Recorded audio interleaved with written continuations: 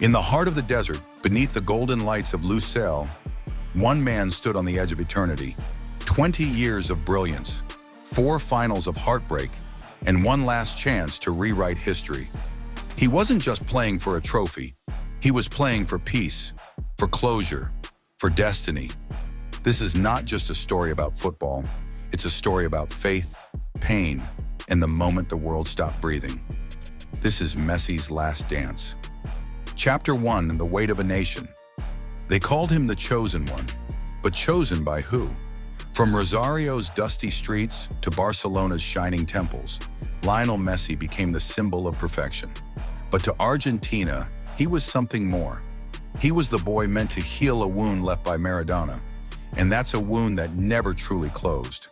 Every Copa lost, every final missed, every tear on that blue and white shirt, it added to the weight on his shoulders. He could silence 100,000 fans in Europe, but never the voices at home saying, "He's no Diego." And when he walked away in 2016, the world saw a man broken by his own greatness. But greatness never walks away for long. Chapter 2, The Return. He came back, not because he had to, but because something deep inside refused to quit. In 2021, he lifted the Copa America, the first time he finally wore the crown for Argentina. And when he cried that night, the world knew the fire wasn't out. It was reborn. That victory wasn't the end. It was the beginning of his final chapter. So when Qatar 2022 arrived, everyone knew this was it. No next time, no second chances, just one last dance with destiny. Chapter 3, Qatar begins. But destiny rarely starts the way you expect. Saudi Arabia 2, Argentina 1. A shock that shook the world.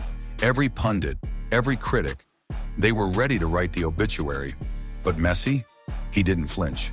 He whispered to his teammates, "We keep believing." And from that moment, something changed. It wasn't about talent anymore. It was about belief. Mexico fell, Poland fell, and suddenly Argentina were dancing again. Chapter 4, The World Watches. Every game felt like a movie. Against Australia, he glided through defenders like time itself slowed down just for him. Against the Netherlands, chaos, tension, and that cold stare as he stood at the penalty spot. One kick, silence, goal. That look, that was vengeance. And then Croatia, Messi's masterpiece. He toyed with Gvardiol, turning a young star into a shadow. It wasn't speed anymore. It was control, like a composer conducting the world's most beautiful symphony. Commentators ran out of words, fans ran out of breath, and the football gods, they just smiled. Chapter 5, The Final. France, the defending champions. Mbappe, the prodigy. Messi, the master. Lusail Stadium, a temple of fate. From the first whistle, Argentina attacked with fire. Messi scored. Di Maria cried. A nation roared. For 75 minutes, they were untouchable. Then, in 2 minutes, the storm hit.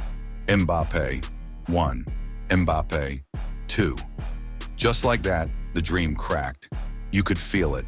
Every Argentine heart breaking in sync. But legends don't crumble. Messi gathered his team. One look, one nod. In extra time, when everyone else was drowning, he rose again. A tap in, a roar, a defiance of destiny. It wasn't over. Not yet. Chapter 6, The Penalties. 5 penalties, 5 kicks for eternity. Messi walked first, calm, composed. As if the world wasn't watching, he waited. And with one gentle touch, he rolled the ball in. Not power, not panic, just perfection. Then came the final moment, Montiel's penalty. As it hit the net, the sound broke the sky. Tears, chaos, prayers. Argentina reborn. Messi fell to his knees, and in that instant, he wasn't just the greatest, he was complete. Chapter 7, Eternity. They lifted him on their shoulders like a god carried by his believers. The boy from Rosario had conquered the world, not with noise, but with grace. He smiled in that small, quiet smile. as if he already knew this ending was written long ago. Because for Lionel Messi, this wasn't about proving anyone wrong. It was about proving that love, persistence, and humility still win in a world built on noise. He didn't just win a World Cup, he won his freedom. So now one question remains. Was this the greatest final of all time, or just the greatest ending ever written? Drop your thoughts below. This is Inside the Game.